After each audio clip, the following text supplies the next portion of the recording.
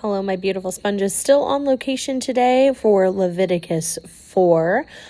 Reminder, this is all about the law of Moses. This is all about what Jesus came to be instead for us. So all of these different things, please do not, I really don't want to get a call from you asking where the best place to get a spotless goat is. I don't know. You don't have to get a spotless goat anymore. We have Jesus. So just confess your sins to Jesus.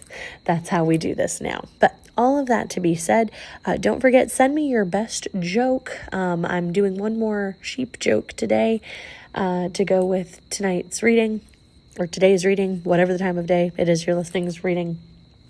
And anyway, we will jump into that shortly. Right now, let's get into Leviticus 5, sins requiring a sin offering. If you are called to testify about something that you have seen or that you know about, it is sinful to refuse to testify, and you will be punished for your sin. Or suppose you unknowingly touch something that is ceremonially unclean, such as the carcass of an unclean animal. When you realize what you have done, you must admit your defilement and your guilt. This is true whether it is a wild animal, a domestic animal, or an animal that scurries along the ground. Or suppose you unknowingly touch something that makes a person unclean. When you realize what you have done, you must admit your guilt. Or suppose you make a foolish vow of any kind, whether its purpose was for good or for bad. When you realize its foolishness, you must admit your guilt. When you become aware of your guilt in any of these ways, you must confess your sin. Then you must bring it to the Lord as a penalty for your sin, a female from the flock, either a sheep or a goat. This is a sin offering with which the priest will purify you from your sin, making you right with the Lord.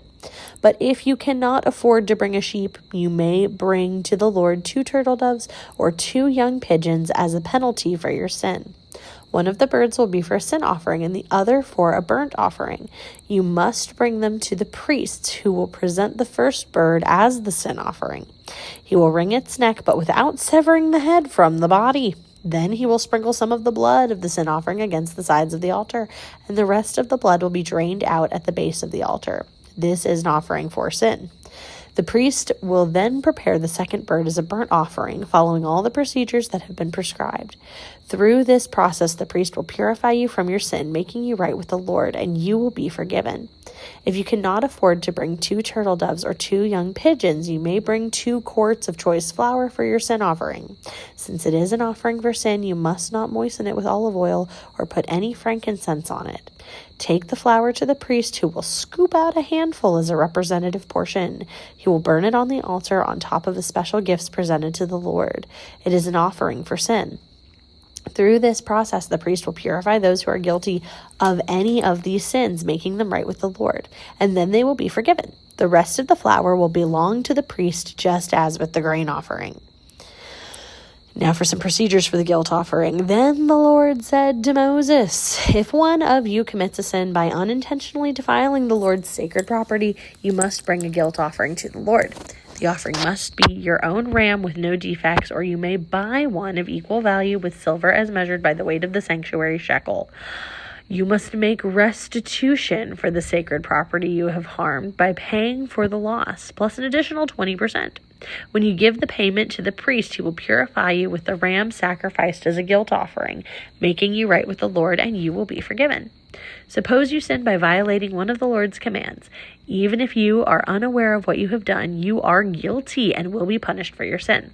For a guilt offering, you must bring to the priest your own ram with no defects, or you may buy one of equal value. Through this process, the priest will purify you from your unintentional sin, making you right with the Lord, and you will be forgiven.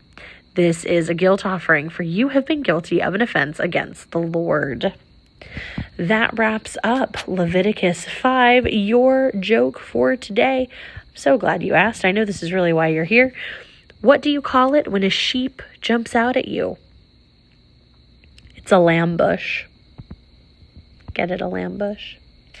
Okay, that's it. Have a wonderful whatever the time of day you're having.